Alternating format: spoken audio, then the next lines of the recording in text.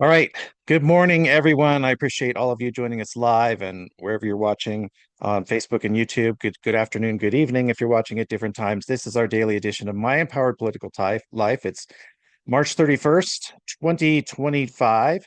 Again, if you like what you're doing, what we are doing, if you'd like other people to see it, the easiest thing you could do is like, subscribe, and share. Make sure that YouTube and Facebook know that this is something that you want people to see. So if you could like, subscribe, and share, we'd be very grateful. Thank you so much for all your help in this. Today's subject is China's renewed aggressive stance. And I wanted to talk about this today for a couple of reasons. One, I like to get away from all of the craziness going on with the administration here in the US. I don't want to be solely concentrated on that. That's why we talked about Turkey last week as well. There's a lot happening with China right now in the Taiwan area and elsewhere in the Pacific. And I am seeing a lot of this covered in national security publications that I follow. I follow that stuff so you don't have to. That's why we do our daily updates here. So, but if you're not following those publications, you may not realize exactly what's happening right now. So, little background for those, some of you may be more or less familiar with the history of China and Taiwan. I'm just going to give this is a very basics. There's a much more detailed history, obviously. Taiwan split from China shortly after World War II, after a bloody civil war. China considers Taiwan to be its rightful territory. And although Taiwan was initially a brutal dictatorship under Chiang Kai-shek, it has for several decades now been a truly vibrant, free democracy. And they have a vast manufacturing capability and a high standard of living, and they are a key trading partner for people all around the world. Taiwan really is an independent nation in every practical respect, and they have made it clear they want to remain independent. But we do have this brewing conflict. It's sometimes it heats up, sometimes it cools down. Right now, it's heated up between China and Taiwan. China has made it clear, or at least Xi Jinping has made it clear, that he's willing to use force to take the island if it does not surrender peacefully. China has also staked a claim to other territories around the Pacific. This includes islands currently under the control of both the Philippines and Japan. So China has also made adversaries of the Philippines and Japan, and China has even indicated a willingness to use force to take those islands as well.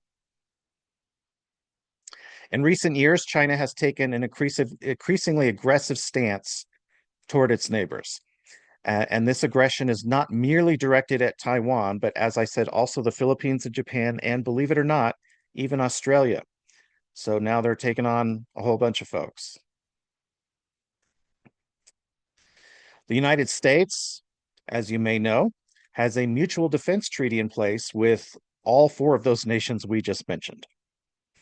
And the US is actively supplying weapons to all of those nations, and we even have troops stationed on their soil. So this is what the strategic picture is starting to look like. Now, China has opened up quite a bit in recent decades, at least in terms of economic freedom. Under Mao Zedong and some subsequent leadership, they were a pretty brutal dictatorship as well. And then I believe was it Deng Xiaoping, I believe, in the 1990s, who really started to open up China in terms of economic freedom, at least. So this has made China a really important trading partner throughout the Indo-Pacific, and a lot of their citizens are living much better lives than they used to because of this increased economic freedom.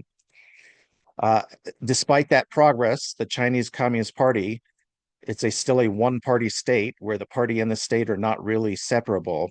They retain an iron grip on the nation. There still is no right to free speech. You have no right to protest. Minorities are actively persecuted and even imprisoned. And Xi Jinping is effectively the absolute authoritarian ruler of the Chinese state. Xi Jinping rose to power over a long time. He was very careful. He made sure to eliminate his enemies on the way.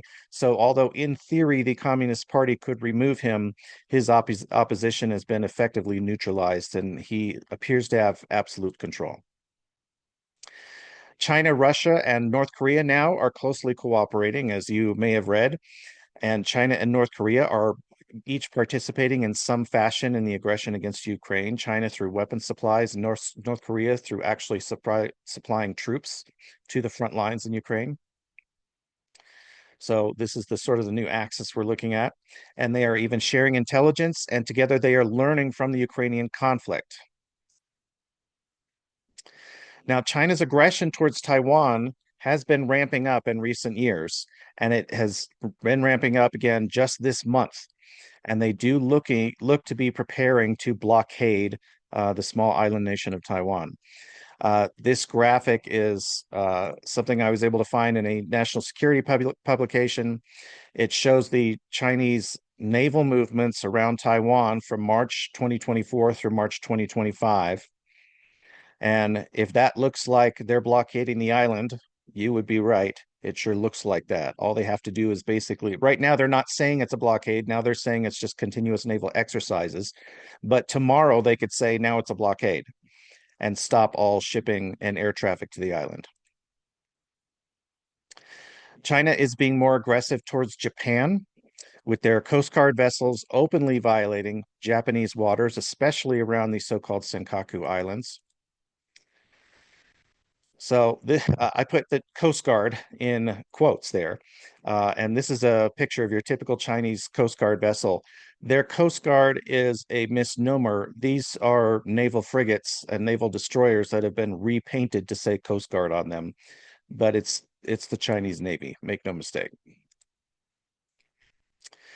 And we now have this report from The Guardian. Japan unveils first plan to evacuate 100,000 civilians from islands near Taiwan in event of conflict. That's how serious Japan is taking this, is they are now preparing to evacuate their civilians from what they see as a war zone coming up.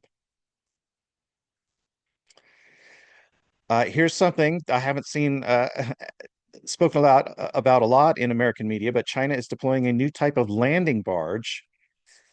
And by deploying, I mean they have put these landing barges in place on their southeastern coast, right across the strait from Taiwan. The only point of these landing barges is to put large numbers of troops on a contested beach. That's the only thing they're useful for. You wouldn't build them if you weren't planning to invade the beaches of another country.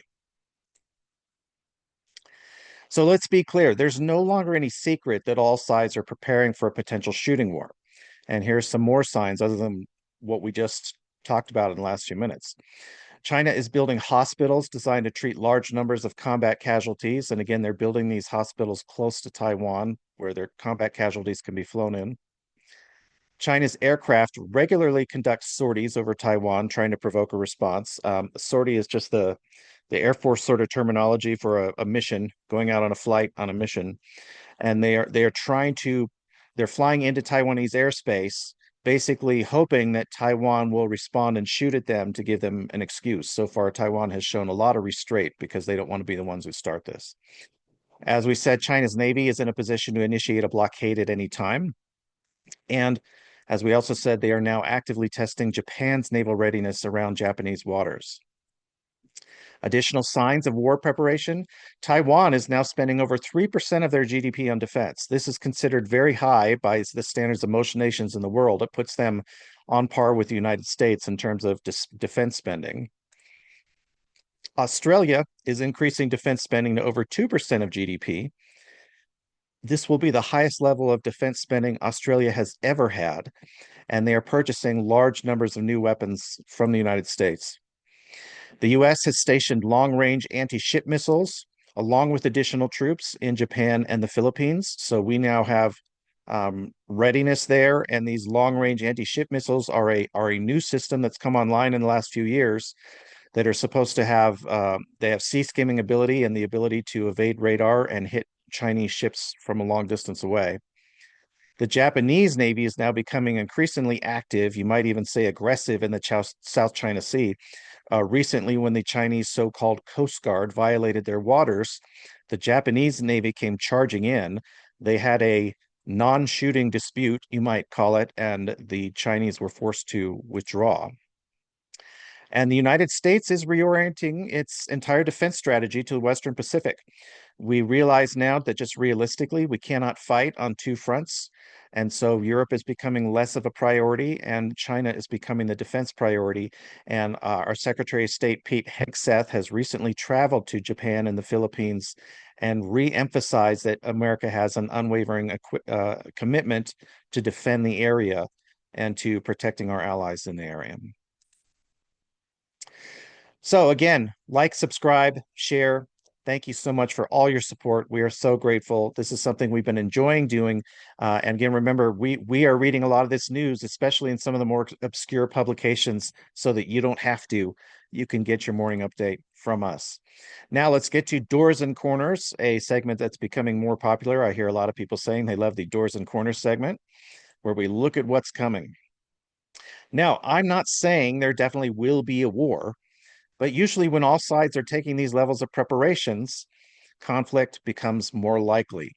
When you have these kind of military forces in proximity, there's an old saying is that, tensions will flare, people will get afraid, people get stressed out, and all it takes is one person to make one tiny mistake, and then off you go. I have read expert predictions of war no later than 2027. I have friends in the US military who have talked about how it's an open secret in the Pentagon that they think the war even could come later this year in 2025, and they're looking at that possibly. The 2027 figure has to do with the next date of the Communist Party elections in China and Xi Jinping wanting to hold power. This will be a very destructive war involving multiple nations, and it will completely disrupt the world's economy. So just know this is not going to be like some of the wars we've experienced previously, where life went on mostly as normal for a lot of people at home, especially if you didn't have friends and relatives in the military.